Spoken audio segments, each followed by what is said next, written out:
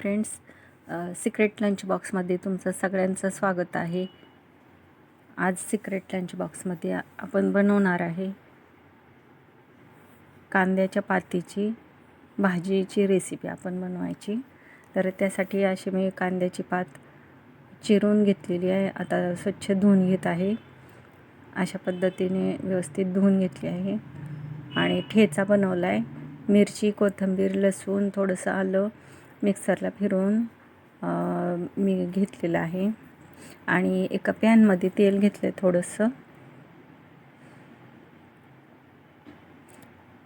जर जिरी मोहरी तडतडू द्यायची. त्याच्यात हिंग थोडंसं घातले, हळद, हिंग आणि ठेचा जे बनवला आहे तो, आणि त्याच्यामध्ये कांद्याची पात बारीक चिरून घेतलेली आहे ती घालून घेऊया.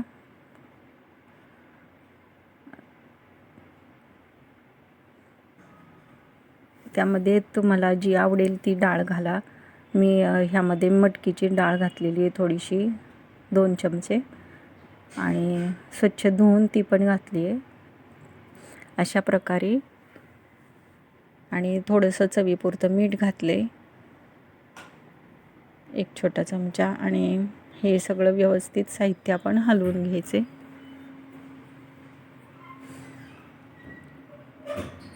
आता त्यामध्ये लसूण खोबरं थोडंसं घातले आणि ते पण पुन्हा व्यवस्थित हलवून घेतले.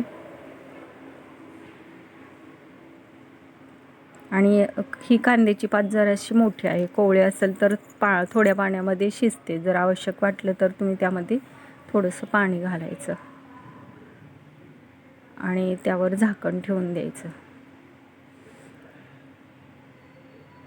आता पुन्हा मधून मी असं हलवून घेते, त्यामुळे सर्व भाजी व्यवस्थित शिजून निघते. आता थोडंसं पाणी घालते, मला आवश्यक वाटते म्हणून. म्हणजे आपली मोठी कांद्याची पात असल्यामुळं मोठी पानं, आणि त्यामुळं थोडंसं पाणी लागलेलं आहे. आता थोडंसं शिजत आल्यावर थोडं पाणी राहिल्यावर मी कुट्टा पण घालून घेतला आहे. आवडत असल्यास घाला, नाही तर नाही घातला तरी चालेल. आणि परत व्यवस्थित असं पाणी आटत आले का ते पण बघायचं. आटण्यासाठी थोडा वेळ मी अजून 2 मिनटं ठेवते. आता आपली भाजी झालेली आहे. मस्त अशी भाजी झालेली आहे कांद्याच्या पातीची.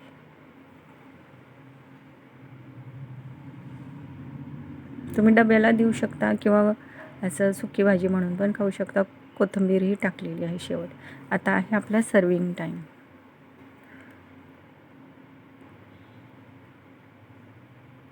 एका साईडला अशी मी कांद्याची पात सर्व करते आणि थोडासा भात,